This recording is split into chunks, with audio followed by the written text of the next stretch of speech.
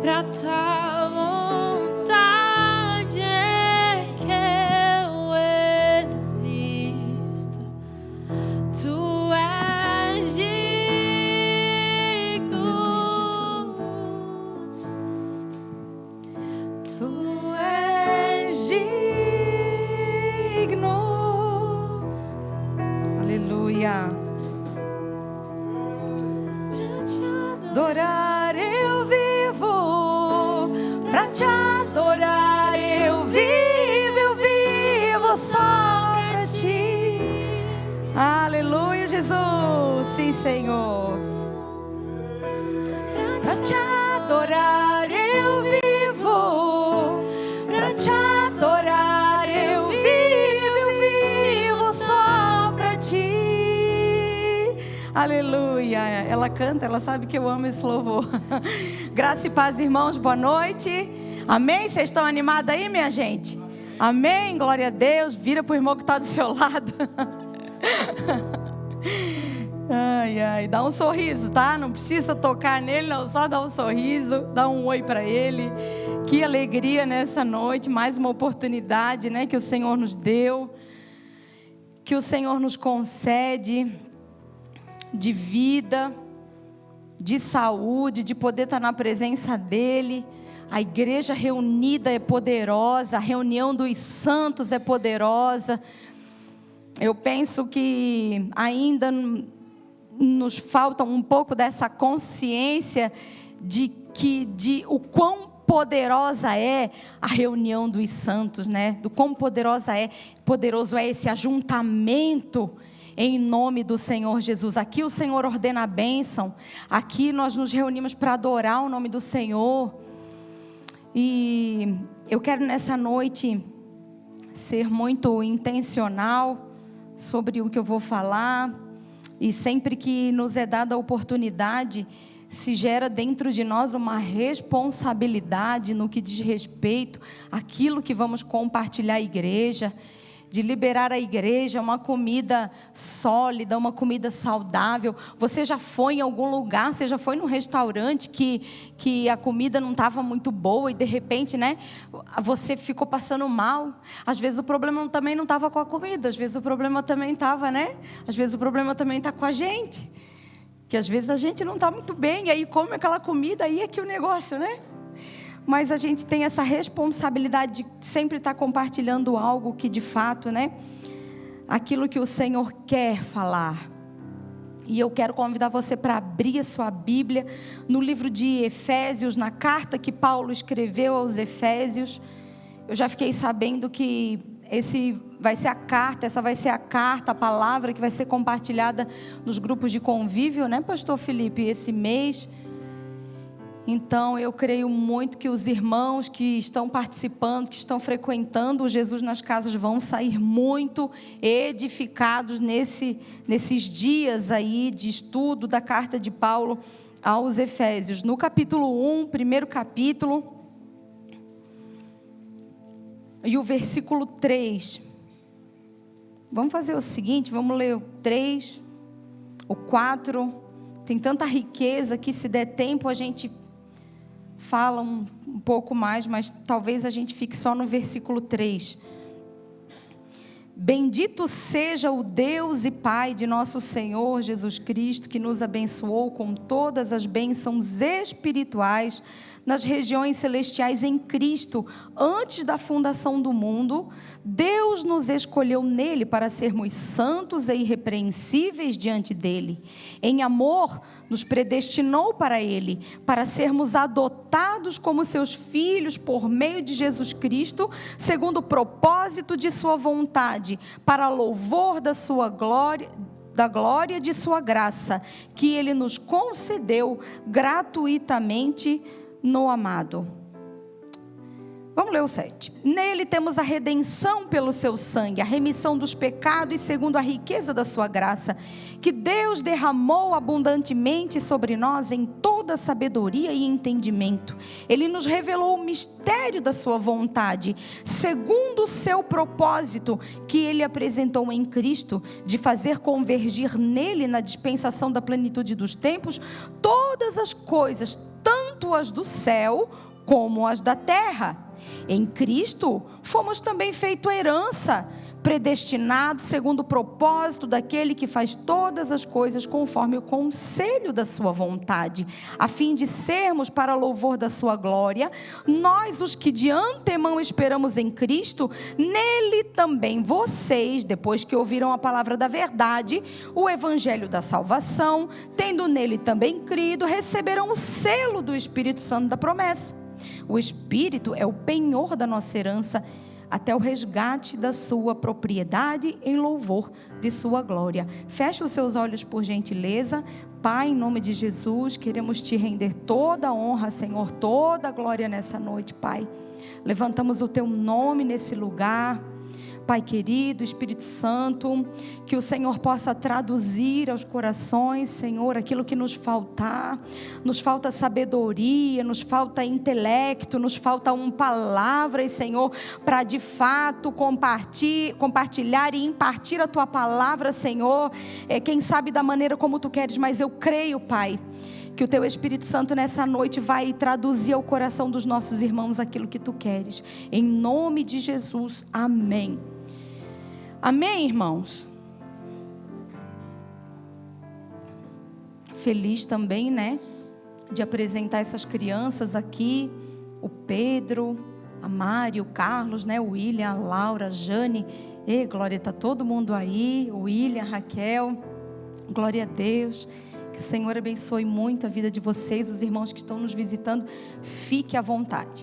Irmãos, eu particularmente amo a carta de Paulo aos Efésios. Essas palavras que o apóstolo Paulo deixou escrito aqui em Efésios, quando eu comecei a ler já há muitos anos atrás e comecei a entender essas palavras, à medida que essas palavras iam sendo reveladas no nosso coração, porque a Bíblia Sagrada, se nós não tivermos a revelação do Espírito Santo, se o Espírito Santo não nos revelar o Filho e não nos revelar a sua palavra, é só literatura. Você já viu que agora está na moda ser evangélico, ser crente, né? Às vezes eu vejo lá na internet, aquela celebridade, aquele artista, tem o devocional do Charles Spurgeon, tem uma figura, né? Aí a gente olha para a vida, e a vida não comunica, mas o devocional do Charles Spurgeon está lá na cabeceira da cama. Mas quando a palavra não nos transforma, não nos move, isso não se transforma numa resposta, porque tudo é reação, né? Tudo é reação, né, gente? Vocês já viram? Vocês já conseguem perceber? Tudo na vida da gente é reação. Como é que Jesus dormia no meio da tempestade? Reação. Tudo é como nós iremos reagir às circunstâncias. Tudo é como a gente reage diante de uma situação. Então Jesus, como é que ele dormia? Ou seja, vento vai soprar para todo mundo, dificuldade vai chegar para todo mundo, mas a questão, o que vai nos diferenciar, o que vai de fato fazer alguma diferença e vai revelar o nosso coração, o que vai revelar a medida de fé que está dentro de cada um de nós, é como a gente de fato vai responder, dar uma resposta, vai reagir diante das circunstâncias. E é muito interessante porque é sobre isso que eu quero falar um pouquinho nessa noite. E essa carta de Paulo aos Efésios, ela veio me desconstruir de muitos conflitos internos, de muitas situações de crise que eu vivia comigo mesma, ou em relação à vida, em relação a momentos difíceis a qual passamos durante a nossa jornada de fé e de vida também. Mas de toda a Bíblia, a palavra de Deus, ela é inerrante, ela é poderosa, ela é digna de aceitação, ela vem para discernir corações, discernir pensamentos, ela é mais afiada do que uma espada de 2 gumes.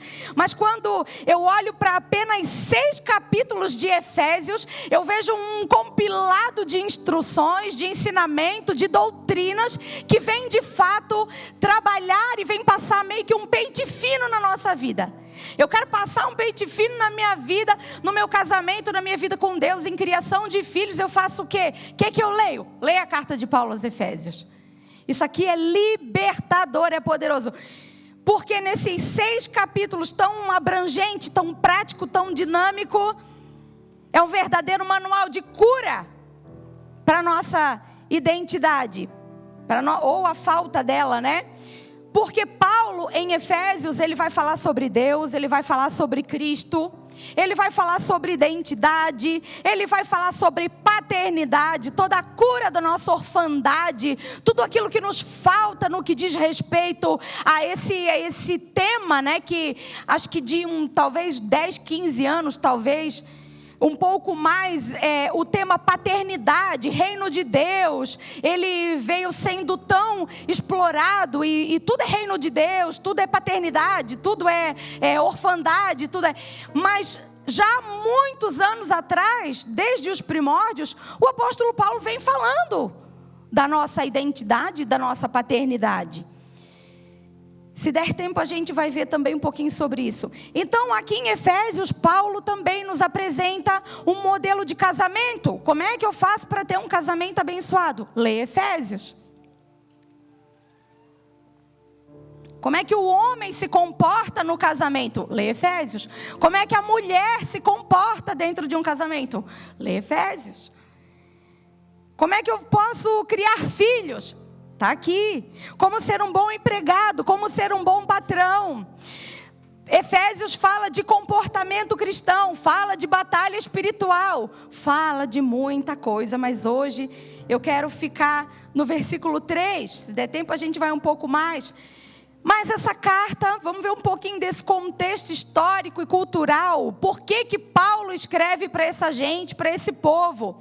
Foi uma carta que ela flutuou, ela caminhou. Essa carta ela não ficou só em Éfeso, mas ela também alcançou a circunvizinhança. Cada lugar que essa carta chegava, então as pessoas faziam cópias dessa carta e deixavam ali como doutrina, como fundamento da igreja, como base de construção da igreja primitiva. Mas o ponto alto para mim, o ponto principal dessa carta é a condição. Porque quando a gente lê o que está escrito e a gente olha para a condição do apóstolo Paulo, o momento da vida dele que ele estava vivendo, parece que há uma desconexão. Se eu só ler a carta sem saber onde Paulo estava, eu vou pensar, esse cidadão estava muito bem, vivendo o seu melhor momento, pastor Felipe. Paulo estava vivendo o seu melhor momento, por quê? Ele fala... Nós somos herdeiros com Cristo. Ele já nos abençoou com toda sorte de bênção. E ele vai utilizando de uma linguagem muito, como é que eu posso dizer? De uma mentalidade, nossa, pensa num cidadão fora da curva no que diz respeito a crenças, né? Um tema que está muito na moda. Tu não alcança algumas coisas porque tu tem crenças limitantes. E aí o apóstolo Paulo, ele começa a trabalhar numa linguagem que vai ultrapassando toda essa questão de entendimento humano.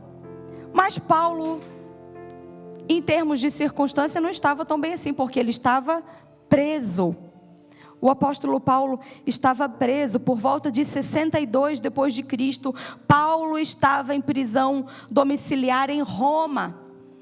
E quando ele está preso, debaixo ali da guarda pretoriana, o soldado romano fazia guarda na porta dele 24 horas. E era nessa condição que o apóstolo Paulo escreve aos Efésios. E é muito interessante porque eu oro muito ao Senhor e em momentos difíceis da minha vida, quando eu enfrento problemas, eu sempre faço esse exercício de trocar a minha visão. Quando chega alguma coisa fora daquilo que está programado, Porque sempre acontece, né, gente? De repente, puxa, não estava programada para essa despesa financeira. Eu não estava programado para esse conflito. Eu não estava... São situações, às vezes, que nós provocamos, mas também tem situações que nos advêm sem que a gente espere. Uma enfermidade ou uma situação a qual somos envolvidos.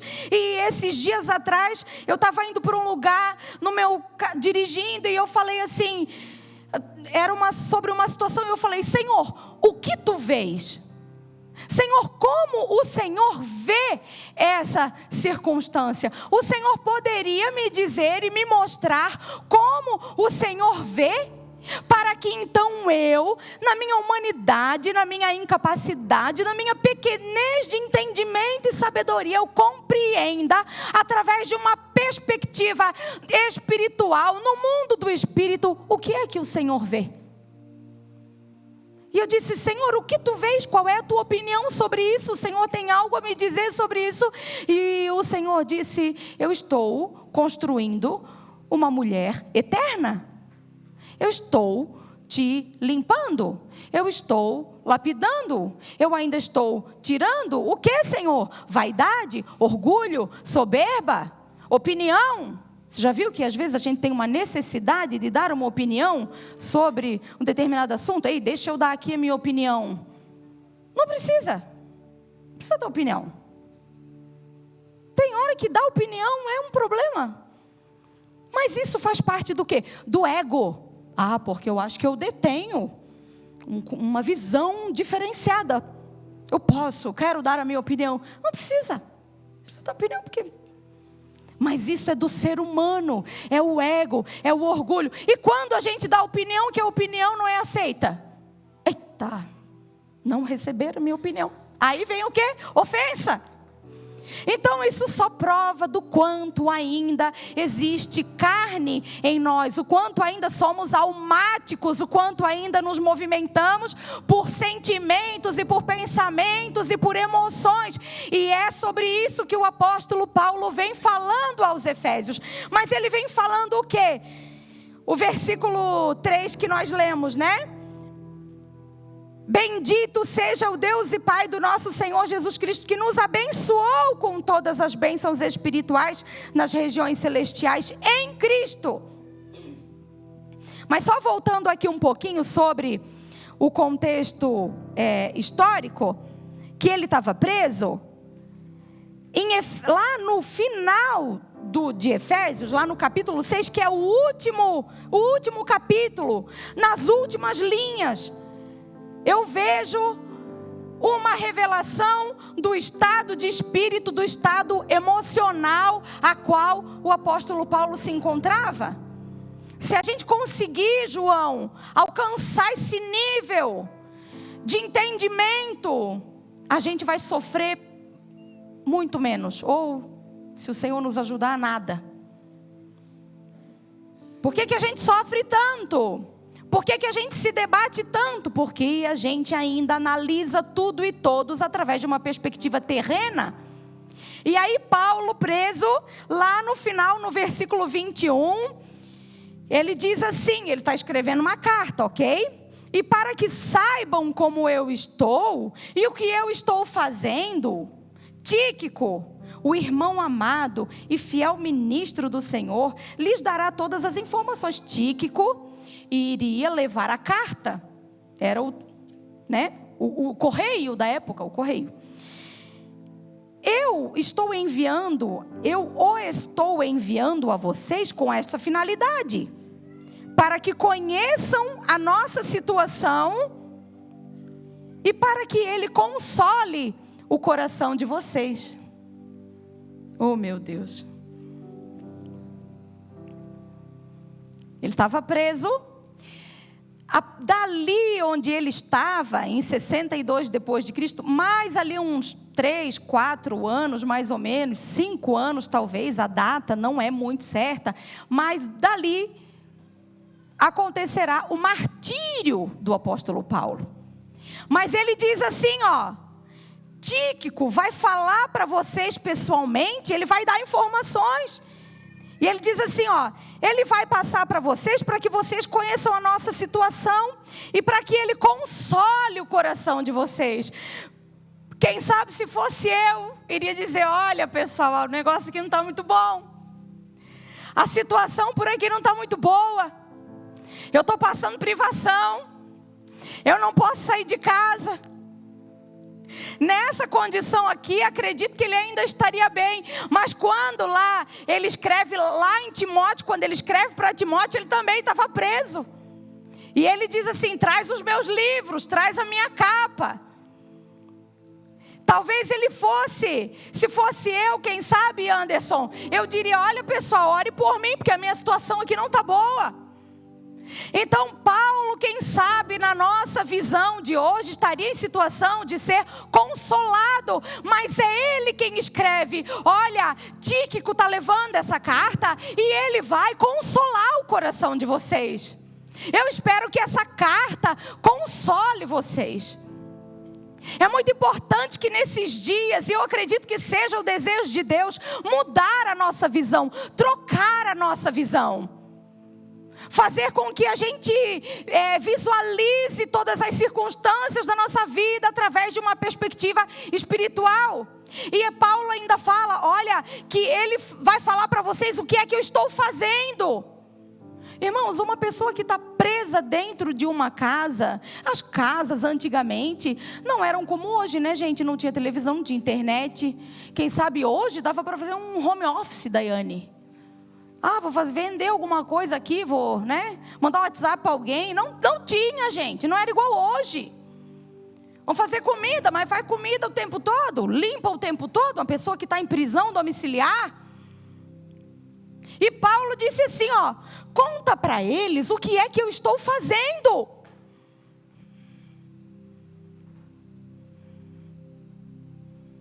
Será o que Paulo fazia? Uma coisa eu tenho certeza. Ele fazia uma das coisas mais poderosas que um cristão pode fazer na sua vida de fé. Orar. Fala para eles o que é que eu estou fazendo. Porque oração não é algo que se limita a um espaço físico. Oração não é algo que se limita a um espaço, um lugar geográfico. Eu acredito que talvez, não sei, fiquei tentando entrar na mente, sabe? Entrou na mente, não tem essa expressão? Fiquei tentando entender isso aqui, fiquei tentando compreender. Fala para eles o que é que eu estou fazendo. Eu falei, ele só orar? Só podia orar? O que é que tem mais poder e o que é que gera mais efeito e o que é que dá mais resultado e mais retorno do que um crente viver uma vida de oração? O problema é que hoje, talvez a gente não dedique tanto tempo assim, o quanto a gente deveria a esse lugar. Porque o crente que ora, ele fica mais sensível, ele fica mais quebrantado, ele perdoa mais, ele ama mais, ele adora mais, ele é mais grato. Tudo muda na vida de um crente que ora. Quando a Bíblia diz orai pelos vossos inimigos, não é para mudar o inimigo, é para mudar a gente. Vou orar para Deus abençoar o meu inimigo? Não, é porque é também. Mas a obra que o Senhor quer fazer é no outro? Pode até ser, mas é primeiro em mim. Começa em mim. Amém? Então era o panorama. E essas palavras do apóstolo Paulo no final da carta é um verdadeiro sacode na nossa autopiedade. É um verdadeiro chacoalhão na nossa autocomiseração, no nosso vitimismo. E se a Bíblia toda não existisse, é claro que teria que ter os evangelhos, para que a gente conhecesse Jesus, mas se existisse só Efésios, eu estaria bem satisfeita. E a minha oração é para que de fato essa palavra seja revelada ao nosso coração todos os dias. de forma que a gente viva as realidades que o apóstolo Paulo queria transmitir nesse tempo, realidades muito maiores e mais profundas que estamos vivendo hoje, que eram realidades espirituais. E por que Paulo escreve para os Efésios? Éfeso era uma cidade muito rica. Éfeso era uma cidade muito rica da época do apóstolo Paulo. Era a maior cidade portuária da Ásia Menor. Era tipo Balneário Camboriú, assim. Aqui não tem porto, né? Mas tem um porto aqui do lado. E o comércio era pujante, tinha uma economia muito movimentada, porque lá ficava o templo da deusa Diana. E ainda hoje o templo da deusa Diana, ela é conhecida como uma das 7 maravilhas do mundo. Então já naquela época era uma grande fonte de renda e que ainda persiste até hoje. E até Atos 19 fala sobre uma situação, né, que aconteceu lá com o apóstolo Paulo, e a gente consegue ver que realmente era uma cidade muito rica. Só para a gente ver, Atos 19 diz assim que por esse tempo, Atos 19, 23, houve um grande tumulto em Éfeso por causa do caminho. Agora isso aqui, nós já estamos falando lá do início da igreja primitiva. Depois que Jesus morre e tal, começa aquele movimento. É claro que isso tudo tem um tempo que a gente não vai tratar aqui, mas na Bíblia a gente lê tudo muito rápido, né, gente? Mas isso aqui tem um tempo, né? Levou algum tempo para acontecer. Mas diz assim que houve grande tumulto em Éfeso por causa do caminho. Caminho aqui está com letra maiúscula, ou seja, por causa do evangelho. Pois um ourives, então tinha o quê? Tinha gente que trabalhava com ouro lá, Felipe, era um negócio forte lá, Marlon. Um ourives, chamado Demétrio, que fazia modelos de prata do templo de Diana, fazia miniatura. Quem vai lá em Paris não traz a miniatura, né, da torre? Era tipo isso, tá? Era tipo isso. Fazia modelos de prata do templo de Diana e que dava muito lucro aos artífices, convocando-os juntamente com outros do mesmo ofício. Ou seja, não tinha um ourives, tinha uma classe, né? Quem sabe ele até tinha um sindicato, não sei, mas era um negócio muito grande. E ele disse assim: senhores, vocês sabem que a nossa prosperidade vem desse ofício. E agora vocês estão vendo e ouvindo que não só em Éfeso, mas em quase toda a província. Olha o barulho que a igreja primitiva fazia. O barulho que Paulo e os seus companheiros, os seus discípulos faziam. E agora vocês estão vendo e ouvindo que não é só em Éfeso, mas é em quase toda a província da Ásia. Este Paulo tem persuadido e tem desencaminhado muita gente, afirmando que os deuses feitos por mãos humanas não são deuses de verdade. E olha que interessante, não somente há perigo de que o nosso negócio caia em descrédito, porque o negócio ali era o seguinte: não é para falar mal do negócio aqui. Ô Paulo, não tem como o povo se converter e deixa abaixo esse negócio. Ah, irmãos, esse negócio aqui era estreito. O negócio aqui era estreito.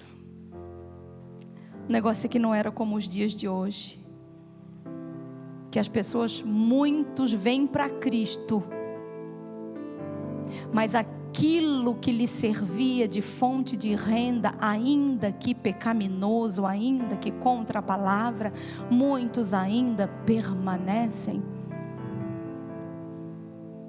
O evangelho da igreja primitiva não é o evangelho da Jojo Todinho, não é o evangelho da Bruna Marquezine, não é o evangelho de muitos jogadores de futebol, não é o evangelho de muita gente que tem um devocional na cabeceira da cama, mas o evangelho não lhe transformou. E eles falaram: olha, isso aí vai dar problema, está acabando com a economia, está acabando com o negócio, e agora nós vamos viver de quê?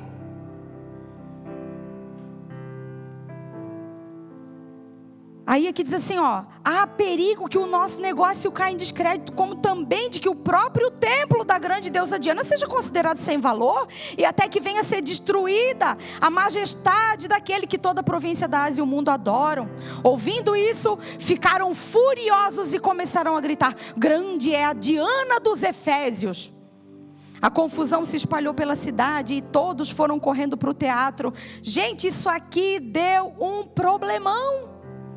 Isso aqui deu um problemão. Se a gente tivesse tempo, né? Uns gritavam de uma forma, outros de outra, porque a assembleia tinha virado uma confusão. Está escrito aqui.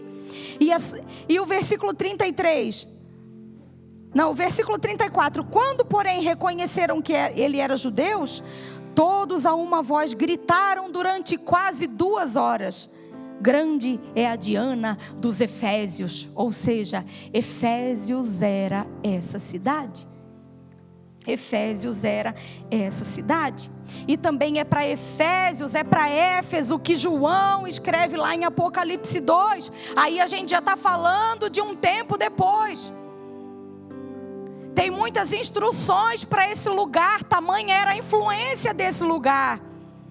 E João escreve uma carta, também é uma carta que Jesus Cristo pediu para João escrever na ilha de Patmos. É muito interessante porque ele diz assim: olha, eu conheço as obras que você realiza, o teu esforço e a tua perseverança.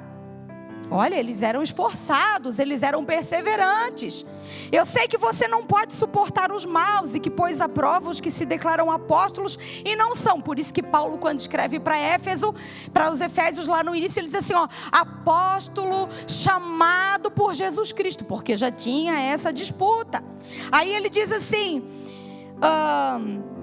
você tem perseverança e suportou as provas por causa do meu nome sem esmorecer. Eu tenho tudo isso a teu favor, mas eu tenho contra ti o seguinte: você abandonou o seu primeiro amor. Lembre-se, pois, de onde você caiu, arrependa-se e volte à prática das primeiras obras. Se você não se arrepender, virei até você e tirarei o seu candelabro do meio dele. Eu acho muito interessante porque quando João escreve, o Senhor Jesus, ele disse assim, ó: você é perseverante. Muito bom. 20 anos de fé, 30 anos de fé. Muito bom.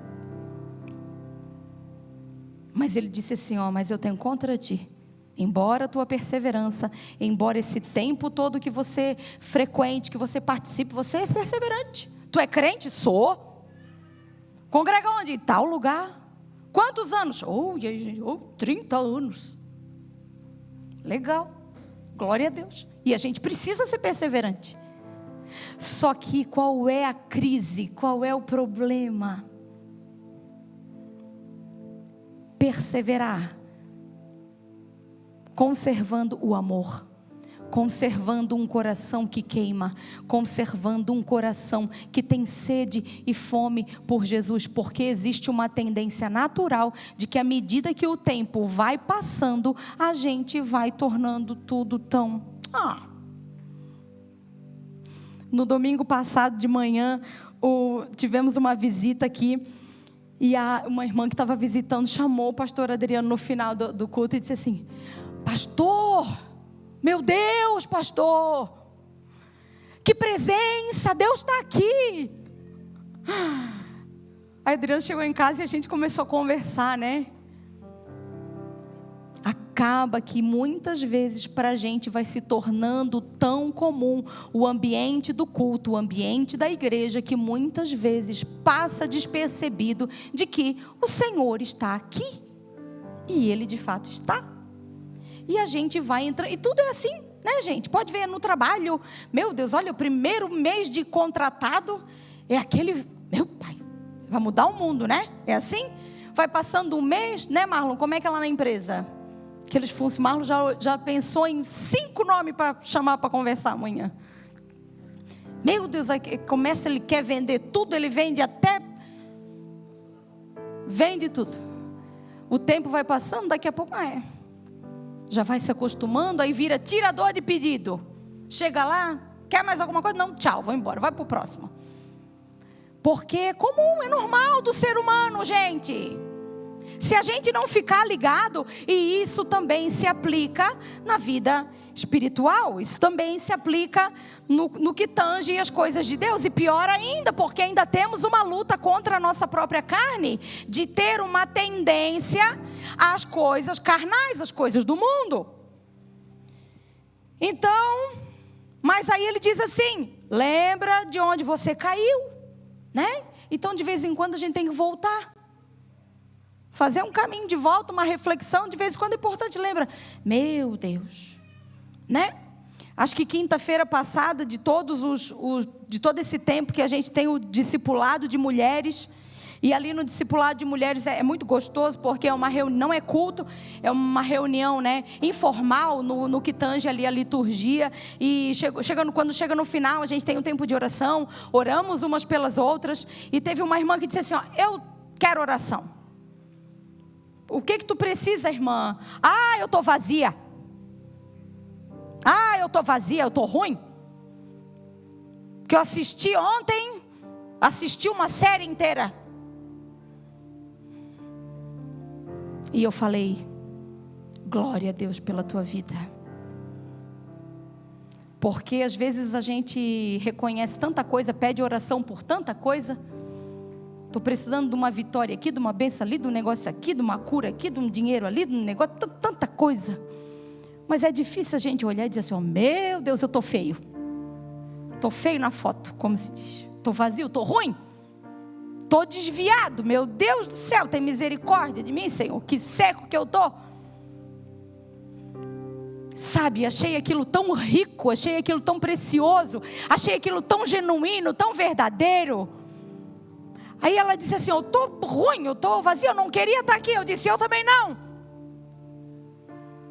Eu também não. E eu falei, tá tudo bem, minha irmã, tá tudo bem, assisti uma série, tá tudo bem, pega leve contigo. Ainda bem que a irmã Marlene não estava. É, João, ainda bem que a irmã Marlene não estava, senão ela já ia dizer, meu Deus, minha filha. Né, Daiane? Senão o negócio já ia pegar ali. Eu aliviei, né? Não, minha irmã, tá tudo bem, estamos juntos aqui, estamos agarrados. Tem dia que eu também não quero. Mas sabe, aquele coração rasgado, e ela começou a chorar, eu estou ruim, estou vazia, não sinto nada, meu Deus, tem misericórdia de mim, me levanta, me renova, ora por mim. E ela começou a chorar, e é tão interessante, né? Porque a confissão, o arrependimento, meu irmão, vou te dar uma dica, assim ó, não existe nada, foi cantado aqui hoje, um coração contrito, o Senhor não rejeita. Confissão, verbalização, rasgar de coração, dizer assim, Deus. A minha irmã ela queria engravidar, durante muitos anos ela tentou engravidar. E ela entrou num processo de arrependimento e dizendo, Senhor, se eu falei alguma coisa, se eu pequei, não sei, Senhor, tem misericórdia. Quando, né, irmãos, a gente vai... E ela ficou, acho que uns 6 meses nesse processo, e dobrava o joelho. Senhor, eu quero me arrepender, Senhor, eu quero me arrepender, sabe? Ela disse assim, ó, meu Deus, não tinha oração mais seca, mais mecânica. Senhor, eu quero me arrepender, Senhor, meu Deus, tem misericórdia dos meus pecados, da minha vida. Ela disse, oh, meu Deus, não sentia nada. Aí um dia ela disse, já fazia uns 6 meses que ela estava orando. Mais um dia que eu vou dobrar o joelho e ficar, Senhor, eu quero me arrepender. Senhor, eu tenho uma coisa para te falar. Eu não sei me arrepender. Eu não sei como é isso. Eu não sei o que eu tenho que sentir, o que eu tenho que falar, para ver se o céu abre para mim. Ela disse, quando eu falei aquilo, eu comecei a chorar. Ela disse que naquele dia eu senti que parece que a oração chegou. Mas todo dia era a mesma coisa. Senhor, eu estou aqui, eu quero me arrepender. O Senhor quer saber.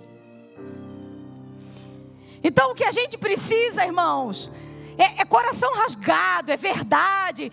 Porque a gente está vivendo um tempo que a gente gosta de mostrar muita medalha, muito do que está fazendo, muito do que é, muito do que tem, muito do que faz, muito do que conquistou, muito do que estudou. E quando eu olho para o apóstolo Paulo, eu construí na minha mente, talvez seja uma heresia minha, mas eu construí na minha mente um Paulo de Atos e um Paulo de Efésios, um Paulo de Timóteo. É claro que o Paulo de Atos, isso é lá para... Nem sei mais aqui onde é que está o meu negócio, já foi. Mas o Paulo de Atos era lá por quanto, Felipe? Depois de Cristo? 30, não sei, uma coisa assim. Depois aqui o Paulo de Efésios já era o Paulo de 62 por ali. Ou seja, quando aqui em Atos, no 22, que ele é preso, que eles começam a bagunçar lá em Jerusalém com o evangelho, começa a fazer bagunça lá. É muito interessante porque vão prender Paulo e quando já estão amarrando, ele olha para o centurião e diz assim: ei, tu vai colocar a mão? Eu sou judeu, não põe a mão em mim. Ele começa a usar das suas patentes, ele começa a usar ainda da sua influência, do seu know-how, dos seus idiomas. Ele começa a fazer uso de tudo que ele tem para poder dizer: ei, não põe a mão em mim. Eu tenho direitos. Ó, minha patente está aqui, meu filho, não põe a mão em mim. E o soldado, opa, já vamos falar com o centurião. Ele não põe a mão. Não põe a mão nele. E aí é interessante porque vocês têm o direito de açoitar um cidadão romano sem que ele tenha sido condenado. Ouvindo isso, o centurião procurou o comandante e disse: ei, que é isso que o Senhor vai fazer? Esse homem é um cidadão romano? Aí o comandante perguntou para Paulo: diga-me uma coisa, você é romano? Aí Paulo respondeu: sou. E o comandante lhe disse: eu tive que gastar muito dinheiro para conseguir essa cidadania, né? Comprou. E Paulo disse: mas eu tenho de nascença, querido, não põe a mão em mim. Eu falo grego, hebraico, aramaico. Eu sou de Tarso, uma importante cidade da Cilícia. Não sou de qualquer lugar. E Paulo vai colocando o seu currículo, ele vai dizendo. Aí diz assim: no que tange a lei, zeloso, estudei aos pés de Gamaliel, estudei em Harvard, estudei em Stanford, estudei, sei lá. E ele vai puxando seu currículo, todo o discurso que Paulo dava, era a mesma coisa. Mas quando a gente vai lendo as cartas que ele chega em Éfeso, ele escreve para Timóteo, ele diz: eu já estou sendo entregue por libação. Eu trago no meu corpo as marcas de Cristo. Já não importa o que eu conquistei aqui, já não importa o que eu estudei, já não importa a minha influência, já não importa quem eu conheço, já não importa de quem eu sou amigo. Porque ele tinha amigos. Está escrito aqui no 19. Eu não vou ler porque não vai dar tempo. Eu nem falei das bênçãos ainda. Ele tinha amigos, eles iam prender e Paulo ia lá no teatro também discursar. Aí aqui diz, aqui achei, ó. Também algumas autoridades da província que eram amigos de Paulo mandaram um recado: ei, não te arrisca, não vai para o teatro, ó, vaza. Tinha amigo influente, deixa que eu vou pedir lá, vou falar com alguém para ti. Mas quando a gente amadurece, o processo do amadurecimento, o processo do cumprimento do chamado, para gerar um homem eterno, é na solidão. O caminho da cruz é sozinho, o caminho do Calvário é sozinho. Não adianta ajuda, não adianta falar com ninguém. Não me visitaram, não me chamaram, não me ligaram. Irmão, entende uma coisa. Não estamos nos eximindo de nada. É dever da igreja visitar, orar, buscar, chamar, ligar, perguntar, visitar. Ok. Mas deixa eu falar uma coisa para você. Prepare-se. Prepare-se para ser deixado. Prepare-se para ficar sozinho. Prepare-se para ser esquecido. Prepare-se. Prepare-se para passar períodos, circunstâncias, momentos sem ninguém ligar. Meu Deus, eu estou aqui, vocês não estão vendo, ninguém sabe. Não, ninguém sabe, ninguém viu, porque o próprio Deus está construindo algo eterno. E para construir algo eterno, o Senhor vai parar, vai limpar tudo que tem de carne, de emoção, de sentimento, de afetividade, sabe? De ai, que coitado que eu sou. Deus não tem pena de ninguém, Ele vai nos tratar. Quer ver como Ele nos trata? E essa é uma visão que eu tenho. Esse versículo é o versículo que é não cabe essa palavra, né? Eu ia dizer um mantra. Não é mantra, tá? Mas se tornou uma verdade para mim. Eu gosto de Efésios 2, ainda é Efésios. Oh meu Deus, irmãos, hoje vai ficar... Eu falei para ti, Adriano, que isso ia ficar uma salada hoje, que eu nem falei das bênçãos. Eu queria falar do versículo 3 e o tempo já acabou. Mas o Senhor também sabe todas as coisas. E quem caminha aqui, que me conhece, sabe que eu sou toda quadradinha, né? Já organizei tudo certinho, Felipe. E o meu tempo já está dando. Mas esse versículo salvou a minha vida. Eu quero compartilhar para o Senhor também salvar a tua. Isso que me libertou, irmãos. Me libertou. Efésios 2, vamos colocar aqui na tela, ai meu Deus, na tela. Efésios 2, vamos ler o 1 e o 2, e o 3.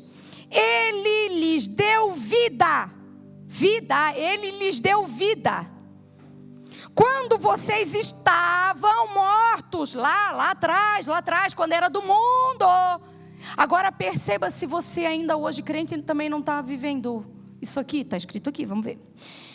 Vocês estavam mortos em suas transgressões e pecados, nos quais vocês andaram no outro tempo, não é agora, tá gente?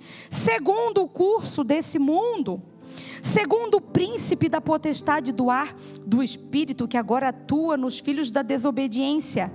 Aí agora olha aqui que lindo. O 3, entre eles também nós todos andamos no passado, segundo as inclinações da nossa carne, fazendo a vontade da carne e dos pensamentos. E éramos por natureza filhos da ira, como também os demais. Isso aqui me libertou. O povo do mundo é que anda governado pela carne e pelos pensamentos. Tem uma outra tradução que diz sentimentos, e essa palavra pensamento no grego também, viu? Para dizer que está chique. No grego também vai falar de afetividade, de sentimentos, de emoções. Você já viu toda hora, irmãos?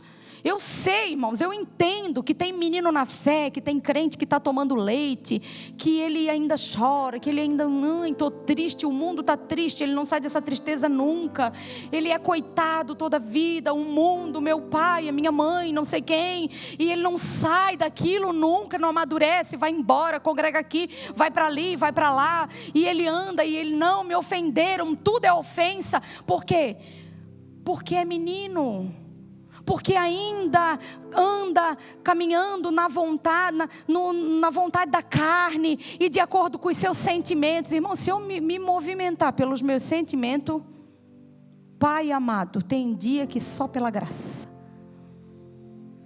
Não tem dia que a gente diz assim, meu Deus, que vontade de pegar essa estrada aqui, e para lá, pegar o carro, isso. Pena que a gasolina só vai até Itajaí, aí não dá para voltar. Que tanta vontade que a gente tem de tanta coisa, mas se eu me movimentar por vontade, eu vou deixar o meu marido, vou matar o meu filho, vou isso, vou aquilo, vou matar uma meia dúzia, vou brigar com A, vou brigar com B. Pessoas que ainda, crentes que ainda se movimentam por sentimento, por aquilo que sente. Mas quando nós estamos em Cristo, segundo Paulo, vamos ver como é que ele diz? Antes, ele fala o tempo todo, né? O tempo todo ele vai falar antigamente. Mas Deus, meu Deus, que coisa linda isso aqui, ó. Isso aqui é libertador, gente. Deixa eu pedir uma coisa para você nessa noite. Não queira conhecer Jesus com a tua mente, com o teu intelecto. É sobre um coração, é sobre dizer assim: Deus, eu preciso. Eu tenho que mudar de vida, eu tenho que parar de me movimentar nessa coisa, nessa falta de perdão, nessa coisa que me amarra, que o tempo todo transfere, é culpa de alguém. Vamos ver, mas Deus, sendo rico em misericórdia, por causa do grande amor com que nos amou. Meu Deus, olha aqui, ó. Isso aqui vai resolver o nosso problema de falta de autoestima baixa. Não sei, falei certo? Falta de autoestima baixa? Não, falta de autoestima. O nosso problema de baixa autoestima. Obrigada, pastor Claudir. Ainda bem que tem aqui os universitários aqui para ajudar. Por causa do grande amor com que nos amou. Meu Deus, quem é que pode dizer que eu não sou amada? Quem é que pode dizer que eu sou rejeitada? Quem é que pode dizer: não me chamaram, não me amaram, não me quiseram? Quando a minha mãe engravidou de mim, ela não me quis. Só que eu já nasci, né? Estou aqui, então estou curada, está tudo bem.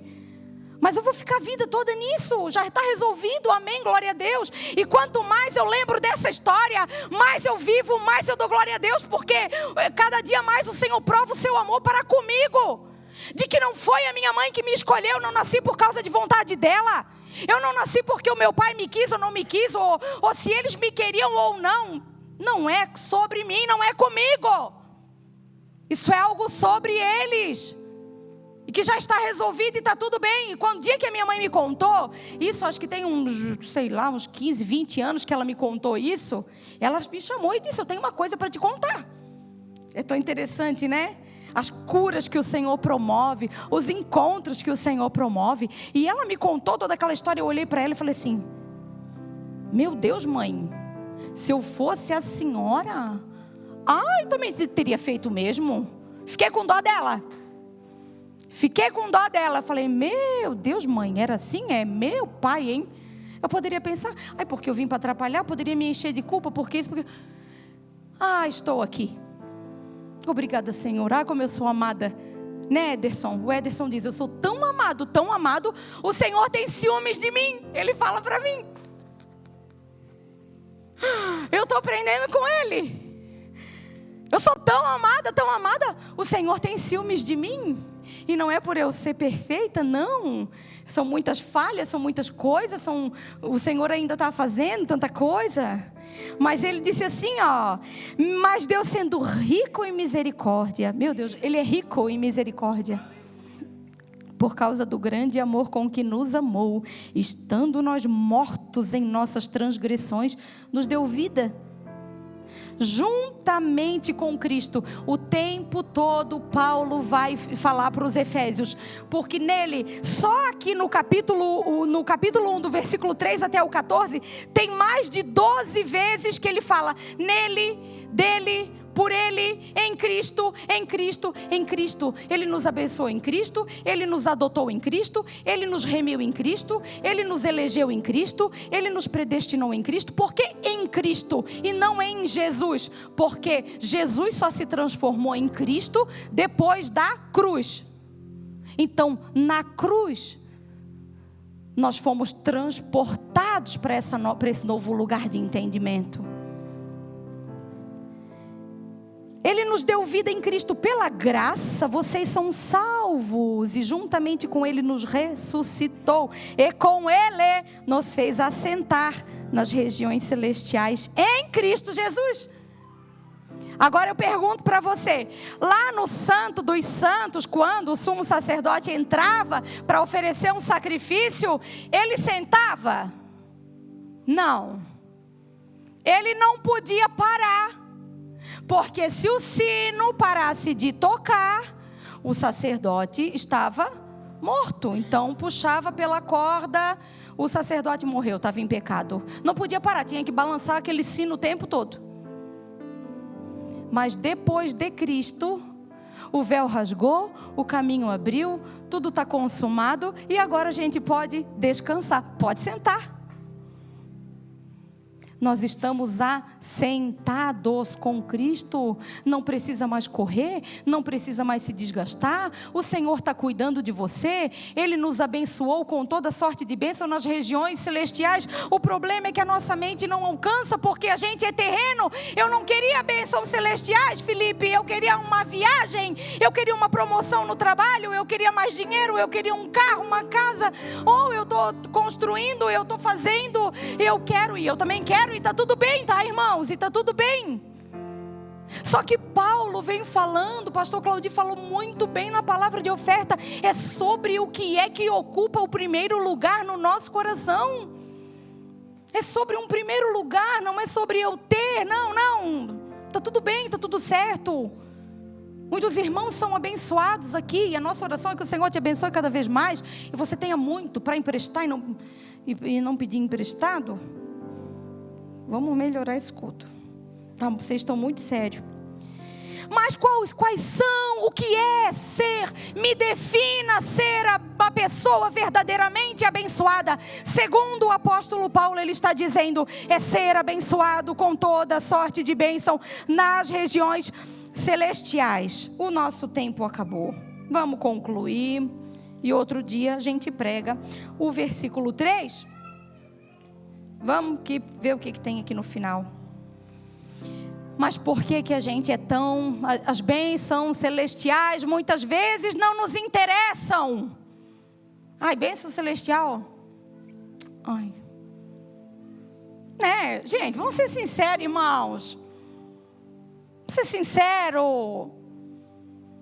Ser sincero com a nossa humanidade. Eu ia dizer carnalidade. Com a nossa humanidade, irmãos. A gente tem dificuldade de, sabe? E às vezes eu fico pensando, essa é uma crise minha. Senhor, tem dia que a gente ora por uma pessoa que tem uma dor de cabeça, meu Deus, a pessoa não é curada, Senhor. Está com uma dor de barriga, não é curada. Eu falei, meu Deus do céu, o que falta, meu Pai? Tem misericórdia, Senhor, só está com dor de cabeça, o Senhor não vai fazer, o Senhor não vai curar. Oh, meu Deus, o que falta, Senhor? Será que a gente está em pecado? É uma guerra, irmãos, é uma crise minha. Eu falei, meu Deus, tem misericórdia de mim, Senhor, me dá fome, me dá sede, quero te amar. Por que a gente não tem mais homens como Agostinho, como Charles Finney, Jonathan Edwards, como Charles Spurgeon, como, sei lá, os heróis da fé, os homens da história da igreja? Porque nós não temos sede, porque nós não temos fome dele. O salmista Davi, no Salmo 27, 4, ele disse, uma coisa eu peço ao Senhor e a buscarei, que eu possa morar na casa do Senhor todos os dias da minha vida, para contemplar a beleza do Senhor e meditar no seu templo, porque a glória do Senhor, ela ficava no templo. Davi foi o homem que escreveu o Salmo 27. O Salmo 34 e 10 diz assim, ele buscava a Deus porque sabia que aqueles que buscavam ao Senhor de nada tem falta. De nada tem falta. E ele declarou, como a terra seca eu tenho sede de ti, no Salmo 143 e 6. E no 62, de 1 a 5, ele disse, a minha alma descansa somente em Deus, e dele vem a minha salvação. Descanse somente em Deus, ó minha alma, e dele vem a minha esperança. No Salmo 63, Davi ainda clamou, ó Deus, tu és o meu Deus, que eu te busco intensamente. A minha alma tem sede de ti, todo o meu ser anseia por ti, numa terra seca e exausta e sem água. Ai, que lindo. E o salmista continuamente repetia, a minha alma pega-se a ti e a tua mão direita me sustém. Essa era a linguagem de Davi, essa era a linguagem de Abraão, essa era a linguagem dos homens do Antigo Testamento. Eles tinham sede, eles não pensavam em outra coisa, eles pensavam no Senhor. A W. Tozer, o escritor, teólogo, editor W. Tozer, ele diz assim, mas a tragédia dos nossos dias é que somos ensinados a crer em Jesus, a aceitá-lo e parar de buscá-lo. A gente aceita Jesus, a gente conhece Jesus, mas a gente não tem aquela medida de entrega e de devoção e de amor. Muitas coisas ainda ocupam o nosso coração. Pastor Adriano, vou contar uma história tua para terminar. Direitos autorais. Depois ele vai me cobrar. Ele foi pregar num culto de homens. E o culto terminou. E veio um homem, um moço, não sei. Se eu contar errado, tu não me corrige. Ele anda me corrigindo que eu ando contando uns negócios errados. Hoje vai ficar assim. E aí veio aquele moço no final do culto, em lágrimas, em pranto. Pastor, me ajuda, pastor, eu não consigo, estou viciado na pornografia, eu não consigo sair da pornografia. Pastor, eu já orei, eu já jejuei, eu já clamei, eu já me aconselhei, eu já isso, eu já aquilo. Irmãos, ele puxou uma lista assim, parecia que ele, sabe quando a gente vai no médico, que o médico dá aquela lista de toma isso de manhã, de 12 em 12, de 8 em 8, de 6 em 6. Pastor, eu já fiz isso, eu já fiz aquilo. Eu já falei com fulano de tal. E disse o nome de uma pessoa muito bem conceituada, um homem de Deus do nosso meio. Eu já falei com fulano de tal, pastor. Pastor, mas não adiantou, pastor. E ele, lágrimas. Pastor Adriano olhou para ele e disse assim: querido, para de chorar. Para de chorar, olha para mim.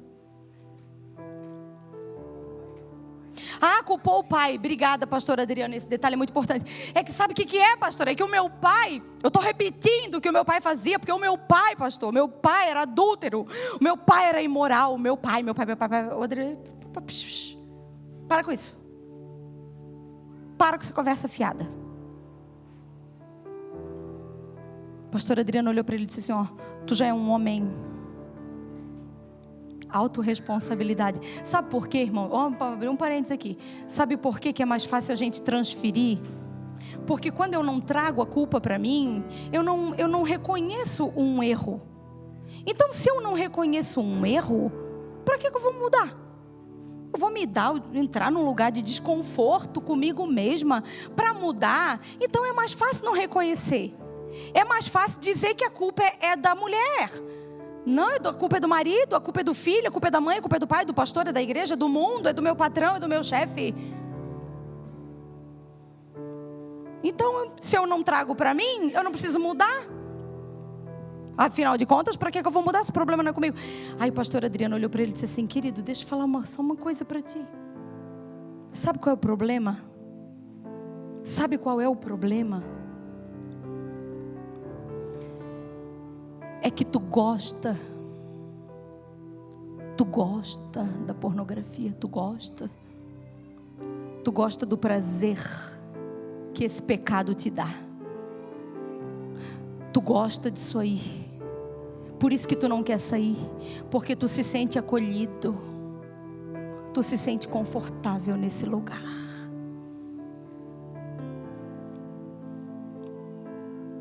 Aí ele olhou para o pastor Adriano e disse: ai, pastor, é verdade, pastor, é verdade. E ele molhou toda a roupa e molhou o pastor Adriano e molhou todo mundo e chorou. E o pastor Adriano disse para ele: tu precisa reconhecer que tu gosta. Tu precisa ser verdadeiro com o Senhor. Tu precisa dizer para o Senhor que tu não dá conta disso. E tu precisa amar. Irmãos, o nosso amor por Jesus é fraco. O nosso amor pela cruz é fraco. Ele é muito pequenininho. Por isso que as outras coisas, elas se sobressaem, elas abafam. Aí a gente ama tanto, tanta coisa. E aí Jesus vai ficando assim, pequenininho. Pequenininho. Oh meu Deus, estava indo tão bem, né? Agora ficou ruim. Pastora Gi, mas é que eu não consigo crer, eu não consigo. Porque a gente precisa rasgar o coração, queridos. A gente precisa crer com o coração. Tome a sua cruz e siga-me. Vá, pegue a sua cruz e morra lá. Morra lá. Jesus tinha um monte de fã, um monte de admirador, um monte de gente, mas no caminho para a cruz apareceu Simão Cirineu, obrigaram, ainda mandaram, carrega, ajuda aí um pouco. Mas para o propósito ele foi sozinho. Esvazie-se, se separe. Quer amar as coisas santas, as coisas espirituais, se separe. Nós vivemos uma era de muitos auxílios, né? Parece até um paradoxo. Tem tudo, tem de tudo, né, irmãos? Tem internet, tem Spotify, tem o aconselhamento, tem o curso, tem tudo, tem muito auxílio. Só que tem coisas que a pessoa vai até um ponto, né? E quando Paulo diz, porque nele, por ele, para ele são todas as coisas, muitas vezes o problema é que nós queremos resolver a nossa vida sem Jesus. Eu tenho um problema sério para, muitas vezes atendo todo mundo, atendo os irmãos da igreja, atendo pessoas não crentes, mas eu tenho umas pessoas, me procura, pastora e tal, sabe o que é? Eu estou com um problema, preciso resolver minha vida. Tu já entregou a tua vida para Jesus, meu filho? Não. Então não posso te ajudar. Não posso, irmão, não posso. Porque dele, por ele, para ele, é nele, dele, ele. Paulo vai falar 1000 vezes nele, é por causa dele, é só nele, é só em Jesus. Não adianta correr para todo lado que não tenha só nele. O psicólogo ajuda, a terapia ajuda, o médico ajuda, tudo isso é uma bênção, ajuda. Mas deixa eu falar uma coisa para você. Novo nascimento, uma vida nova, uma mudança de mente, uma mudança de perspectiva, salvação, é só nele. Vamos ficar de pé, gente? Meu Senhor.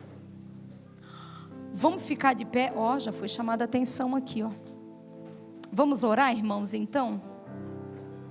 Vamos orar nessa noite? Vamos orar.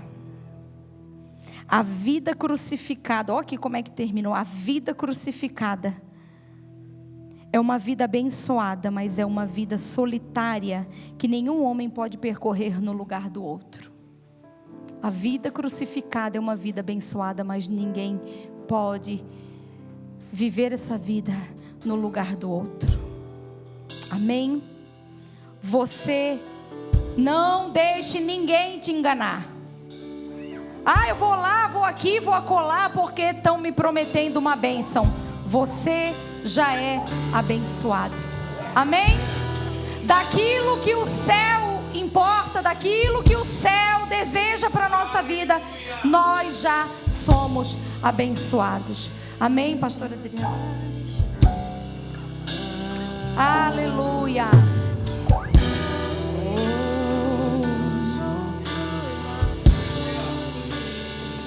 Deixa eu te perguntar, querido.